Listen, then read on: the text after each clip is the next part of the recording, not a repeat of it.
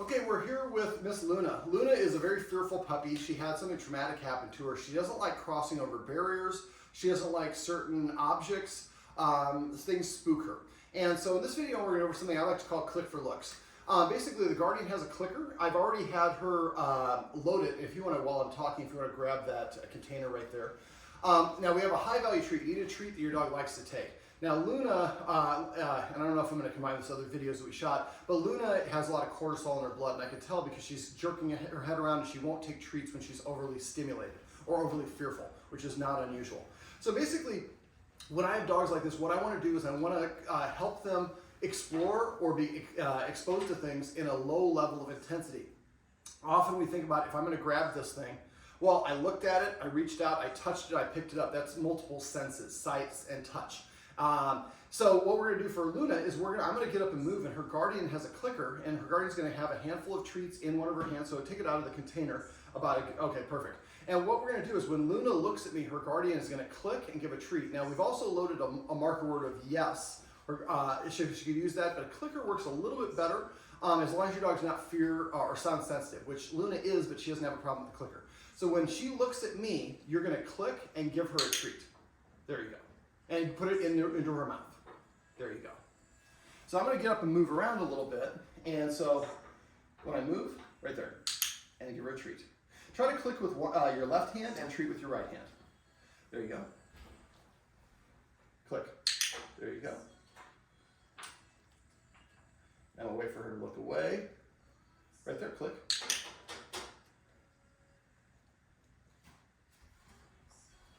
Click. Now I'm going to talk about how we can use a practical application of this. Right there. There you go. So sometimes it's hard when you're looking from the side, but basically I want you to practice doing this. So you can go to the beach.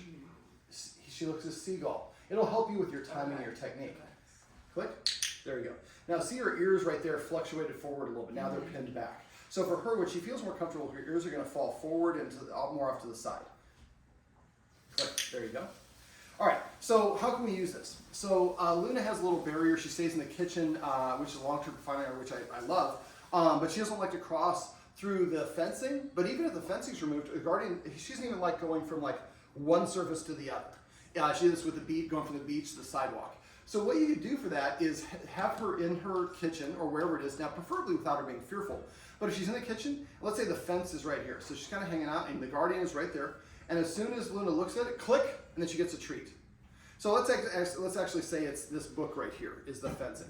And it's on the dog, and the Guardian's right here. So I look at it, the Guardian clicks, I turn away from the object to get the treat and reward. But the click needs to come when the instant the dog looks at the object that it doesn't like. Now, after a while, then the dog starts looking at it more often once she figures out. So looking at this thing gets me a treat, and after a while, then the dog kind of will lean forward a little bit. Then you would click for the leaning forward towards it. And then maybe the dog takes a step towards it. Also another thing you can do. All right, now I'm going to show the Guardian how to do something called a conditioned emotional response in this video as well. I'm going to have the Guardian put the clicker on the table, and you're going to pick up your tuning fork right there. You're going to have to keep the treats in that other hand. We're going to, yep. And so what we're going to do is I'm going to have you put, no, that's fine. Put that both of them behind your back. And what I'm going to have you do is you're going to hold, let me demonstrate first. You're going to hold up the tuning fork. She looks at it, say yes, and then take it away and give her a treat. So go ahead, hold it up. Yes. And then take it away. So your arms are akimbo. There you go. All right, now hold it up again. Make sure she's done chewing the treat. There you go. Not done yet. You're a slow chewer, Luna. All right, go ahead and lift it up. Yes. Yes. And try to put the treats in her mouth. We want to get the treats to her faster. Hold it up again. Yes. Now, the Guardian, well, actually, let's put the tuning fork down. Let's do it with this thing. This is part of her, I don't know what that is, but it kind of looked like similar to a strap. She didn't like it when we put the harness on or reached for the leash. Now, it might have been just me being here, but if a dog doesn't like the harness, what I do is I hold up the harness, and the dog looks at it, I take it away, and then they get a treat. I hold it up, yes, treat, and after you do that, the dog's looking at it right away, then they lean forward and they touch it. Then I hold the harness up and put my hand through it, which is what I was showing you earlier. All right, let's say her name. When she looks at you, throw the strap of the, yes? Yes. Oh, there we go. That was the lean. That's what I was talking about. So this is called a conditioned emotional response, or a CER. So you can do this with inanimate objects that you can hold in position.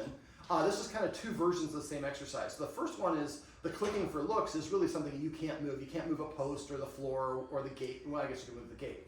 But so she looks at it and gets a treat. But if you pull out trimmers or the harness or leash and she moves away from it, turns away from it, doesn't come towards it, then and we think about, but I have to take you out for a walk. Well, we could do this a long time before we're taking the dog out for a walk. So eventually, and this should be like 1 to 2 minute practice sessions. And then after a while, you'll find that she's going to start looking for it and be interested in something. You can also put the leash on the harness on the ground, put a treat around it. The treats I'm using for her are Stewart's freeze-dried beef liver. Now I've cut them down into little pieces that are about pea size. This is very rich. This is not an everyday treat. Now right there when you do it, you hold both your hands together. So make sure that they're both behind, and then they can both be behind together. You're showing the object, then it goes away and they get the treat. So it's your arms are always moving like this, not like this. Okay. So this is called a CER. So I'd like you to make a list of all the things that are her bugaboos, and then basically you can start systematically helping her practice not only not fearing those things, but feeling good about those things. We talked about a whole bunch of other things we're going to talk about off camera because I don't want to have them out of context. But this is Miss Luna. And this is how you can, these are some tricks that you can use if you have dogs fearful of places or things.